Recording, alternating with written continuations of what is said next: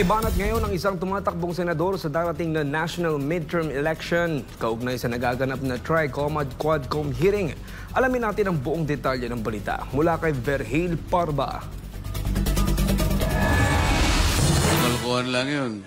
Kalokohan, yan ang bansag ni Congressman Attorney Rodante Marcoleta sa ginagawang TRICOM at QUADCOM hearings ngayon sa Kamara. Anya, wala na sa tamang direksyon o taliwas na sa dapat nilang trabaho ang mga hakbang ng 19th Congress, kaya nagagalit na lang ang taong bayan. Puro kalokohan lang yun.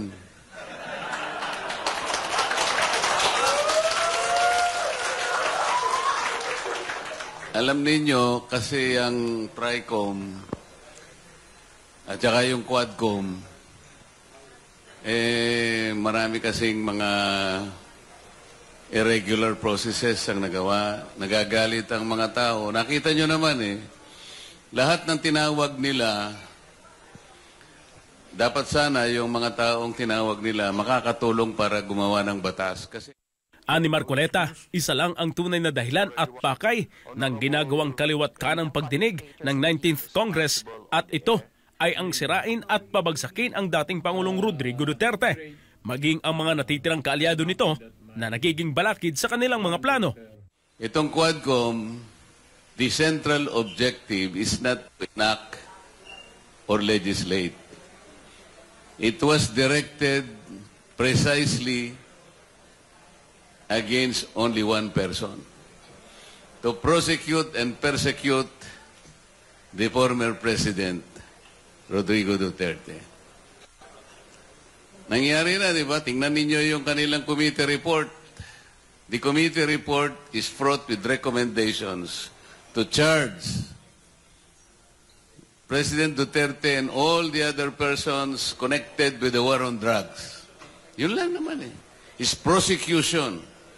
It was never in aid of legislation. Kaya saad ni Marcoleta, ang tanging magagawa na lamang ng mga taong ayaw sa mga pang-aaping ginagawa ng gobyerno sa dating Pangulo at para ipakita ang mariing pagtutol sa mga laganap na korupsyon at kriminalidad sa bansa ay magpahayag ng kanilang mga saloobin sa social media, partikular ang mga vlogger. Pero giit ng mambabatas na dapat hindi maging balat sibuyas ang mga ito dahil sila'y mga public servant. So yung mga vloggers, ang ganilang ganti na lang, kung minsan masakit talaga, no? That's not the way it is. Kasi masakit ang loob ng mga tao. So ang laban na lang, mag-vlog na lang. Kung minsan naaabuso naman talaga yung pagsasalita. Maraming masakit talaga. But I told them, maski na masakit, sabi ko, because there's a gold standard already enunciated by the Supreme Court in several of its decisions. If you are a public servant, huwag ka masyadong manipis. Hindi ka dapat onion skin, ganon. Kung talagang ang feeling mo na abuso ka talaga, ay didemanda mo na lang. There are libel laws, defamation, blah, blah, blah. Ginagawa nila ngayon para patigilin. Para patigilin yung dissent. Para sa ganon, hindi na sila binibira. Yun lang naman ang gusto nila. But this is directly to censor public discourse. Hindi tama yun because parang napiprevent yung freedom of speech.